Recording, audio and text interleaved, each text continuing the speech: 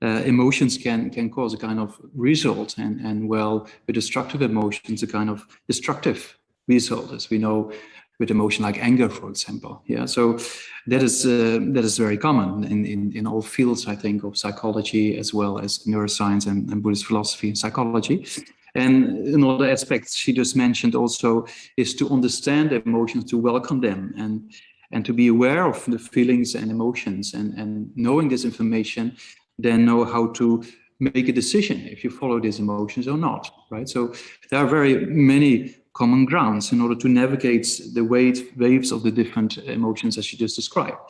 So maybe if you summarize it in a way with what we can describe how it actually practical is going to function, is that initially we have to build the kind of awareness, right? What we mostly call a kind of self-awareness. If you're not aware of emotions, then as Ceci just mentioned also, you just be taken over it by it, right? So if you're really aware of an emotion like anger or anxiety or fear or whatsoever that comes to mind, then the more you're aware about it, the more you recognize it. The more you recognize it, you're capable of actually taking a distance from an emotion. For example, if an emotion is quite fresh, then maybe it's better not to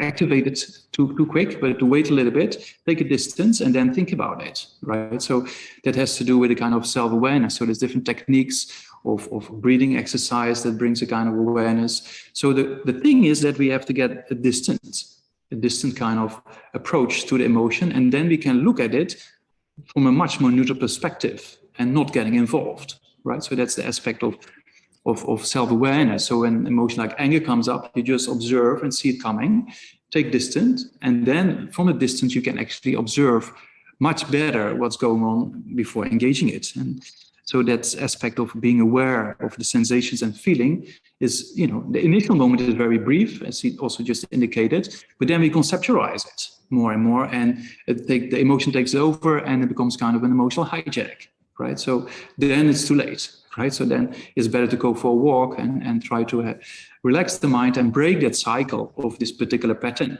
of this particular emotion. And then you come back, and then you think about it later when the mind is a bit calmed, and then you analyze a little bit more. How did it come? How did it abide? How did it disintegrate, right? So in that way, we build this kind of self-awareness.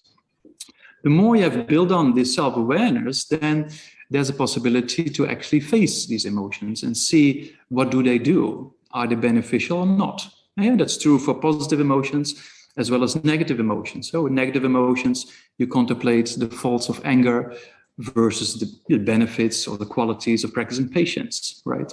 So then over time, the mind shifts in its kind of understanding of what's better for oneself.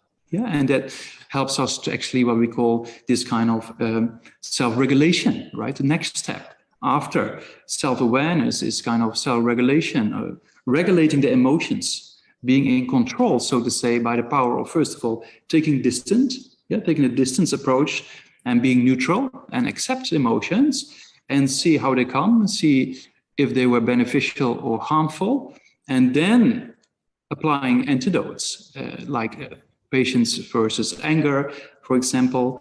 Yeah, that we analyze the things in a kind of very, relaxed manner without getting involved, and then come to a conclusion and then focus on that conclusion. So that gives us insights in which emotions are more beneficial and which emotions are we rather don't like to face, right? So then it becomes like actually a transformation process. Because our mind functions like that, right? When we get angry, within a few split seconds, we're capable of analyzing and come to a conclusion, this person is bad because of this, because of this, because of this. So that capacity of the mind to analyze, we use in a constructive way to analyze the faults of anger versus the qualities of practicing patience. Yeah? And that's by itself is a transformation process, or what we call this kind of regulation of the emotions. Yeah? If you're capable of doing this regulation, then also the step of self-compassion and compassion for others comes, right? So you know you don't want this emotion, and you know how you can deal with it, how you can actually apply an antidote and transform the mind, right? And then with that particular knowledge is a kind of a self-compassion, if you like to call it like that, because you help yourself in development. And then with that knowledge and understanding, then we try later on to help others. So then we come to the more kind of genuine, defined form of the positive emotion of compassion, so to say. Yeah.